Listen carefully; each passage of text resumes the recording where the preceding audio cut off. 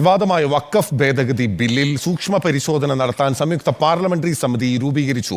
ലോക്സഭയിൽ നിന്ന് 21 പേരും രാജ്യസഭയിൽ നിന്ന് 10 പേരുമാണ് JPCയിലെ അംഗങ്ങൾ. ഇരു സഭകളിലെയും അംഗങ്ങളെ പ്രഖ്യാപിച്ചിട്ടുണ്ട്. ആദിൽ പാലോടുണ്ട് വിവരങ്ങളുമായി. അതിൽ പ്രതിപക്ഷത്ത് നിന്ന് എത്ര പേർ, ഭരണപക്ഷത്ത് നിന്ന് സ്വാഭാവികമായും അംഗങ്ങൾ കൂടുതലായിരിക്കും.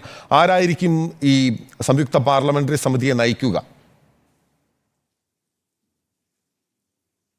പാർലമെന്ററി സമിതിയെ നയിക്കുക എന്ന കാര്യത്തിൽ വ്യക്തമായിട്ടില്ല. 31 അംഗ പാർലമെന്ററി സമിതിയെയാണ് ഇപ്പോൾ രൂപീകരിച്ചിരിക്കുന്നത്. കഴിഞ്ഞ ദിവസം വഖഫ് ബിൽ അവതരിപ്പിച്ചതിന് പിന്നാലെയാണ് പ്രതിപക്ഷം ശക്തമായ വിമർശനങ്ങൾ ഉന്നയിച്ചിരുന്നു. ഒപ്പം ഘടകകക്ഷികളും ഇതിൽ കൂടുതൽ പരിശോധനകൾ വേണം എന്ന ആവശ്യം മുന്നിൽ വെച്ചിരുന്നു. ഇതുകൂടി പരിഗണിച്ചുകൊണ്ടാണ് സംയുക്ത പാർലമെന്ററി സമിതിയെ രൂപീകരിക്കാനുള്ള തീരുമാനമെടുത്തത്. 21 ലോക്സഭാംഗങ്ങൾ, 10 രാജ്യസഭാംഗങ്ങൾ എന്നുള്ളതാണ് തീരുമാനം. ഇതിൽ 31-ൽ 17 NDA എംപിമാരാണ്, 4 പേർ കോൺഗ്രസ് എംപിമാരാണ്. ബാക്കി വിവിധ കക്ഷികളിലെ YSR കോൺഗ്രസ് അടക്കമുള്ള കക്ഷികളിലെ 2 പക്ഷത്തും ഇല്ലാത്തതടക്കമുള്ള പാർട്ടികളിലെ എംപിമാരുമുണ്ട്. ഇത്തരത്തിൽ 31 അംഗ സമിതിയെയാണ് ഇപ്പോൾ രൂപീകരിച്ചിരിക്കുന്നത്. അടുത്ത ശീതകാല സമ്മേളനം നവംബർ-ഡിസംബർ മാസങ്ങളിൽ സാധാരണ ചേരാറുണ്ട്.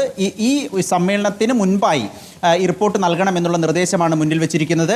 അടുത്ത സമ്മേളനത്തിൽ തന്നെ ഈ ബില്ല് പാസ്സാക്കിയെടുക്കാനുള്ള, നിയമമാക്കാനുള്ള ശ്രമമാണ്, ആലോചനകളാണ് കേന്ദ്രത്തിൻ്റെ ഭാഗത്തു നിന്നുള്ളത്. സൂക്ഷ്മ പരിശോധനയുണ്ടാകും. കേരളത്തിൽ നിന്ന് ET മുഹമ്മദ് ബഷീർ MP അംഗമാകുമെന്ന് പ്രതീക്ഷിച്ചിരുന്നെങ്കിലും കേരളത്തിൽ നിന്ന് സമിതിയിൽ ആരും തന്നെ ഇല്ല എന്നുള്ളതാണ്.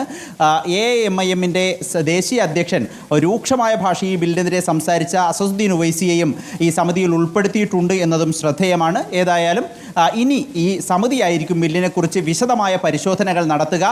ഈ സമിതിയുടെ നിർദ്ദേശങ്ങളും റിപ്പോർട്ടും സർക്കാരിനെ സംബന്ധിച്ചിടത്തോളം സർക്കാരിന് കേന്ദ്രത്തിന് അംഗീകരിക്കേണ്ട നിർബന്ധിതമായ സാഹചര്യമൊന്നുമില്ല. പക്ഷേ റിപ്പോർട്ട് ഒരു സമ്മർദ്ദമായി ഫലിക്കും എന്നുള്ളതാണ് ഇതിൽ നിന്ന് മനസ്സിലാക്കേണ്ടത്. അടുത്ത പാർലമെൻറ്റ് സമ്മേളനത്തിൽ ബില്ല് പാസ്സാക്കിയെടുക്കാനാണ് കേന്ദ്രം ഇപ്പോൾ ആലോചിക്കുന്നത്. ബിനിൽ. ഓക്കെ.